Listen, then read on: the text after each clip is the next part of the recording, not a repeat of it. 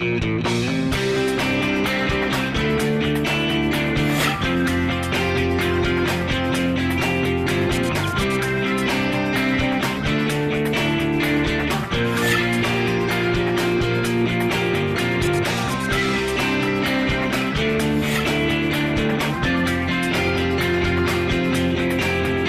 I'm A.J. Sabine. And I'm Kristen Oakes. Thank you for joining us for This Week in Louisiana Agriculture, the only TV show bringing Louisiana farmers and consumers together every week. Well, world demand for animal protein has emerged as one of the big stories in the global ag sector. As part of the big annual Oilseed and Grain Trade Summit held this year in New Orleans, I found out from the experts whether feeding your family this holiday season will cost you more. That shiny, cellophane-wrapped package of ground beef will likely cost you a bit more, at least for the next 2 years. Here at the Oilseed and Grain Trade Summit, Informa Economics Vice President Mike Sands explained that prices in the beef sector will remain high despite lower grain prices. Sands told an attentive audience that two factors have led to higher prices in animal protein: higher demand for feed corn driven by an ethanol mandate, and in 2011 we saw a succession of pretty severe droughts in the southern plains. That it's really been a combination of those two things that dramatically ran up the price of feed.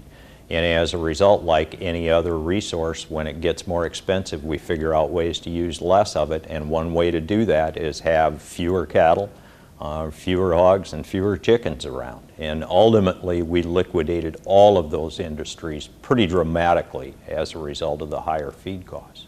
Asian demand for animal protein, as well as a consumer desire for food safety, has created volatility in prices for animal protein. HighQuest Partners Managing Director of Global Food and Agribusiness, Philippe Delaperouse, says those two narratives contribute to higher prices for animal protein here in the domestic market. It's a bigger story than just growing demand in Asia, which is certainly fundamental.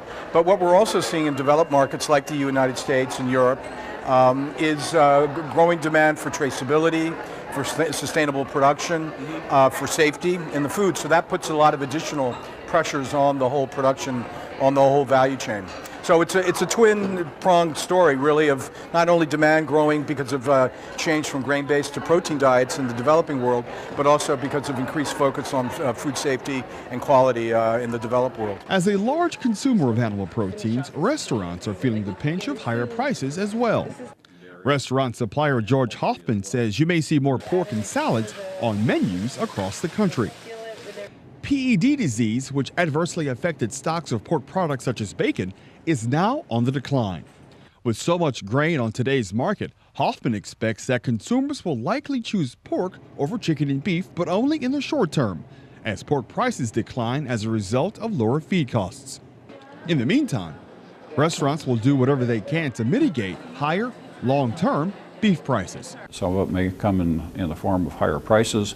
They may make other adjustments in the restaurant profitability statements. They may look at changing product mix, for example, of substituting products that have a lower cost for those that have a higher cost.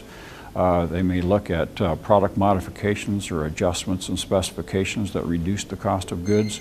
Or they may look at non-food product costs, for example, labor. Still, as the prices for corn and soybeans have dropped significantly, ag economist Mike Sands has already seen evidence of a rebound in the beef cattle market. The industry is in the very early stages of trying to expand. Heifers are being held back as replacements to add back into the breeding herd. The cow slaughter culling rates have been reduced pretty dramatically. Those are the first two ingredients that have to occur. They are beginning to pick up speed this year and will accelerate into 2015 and 2016.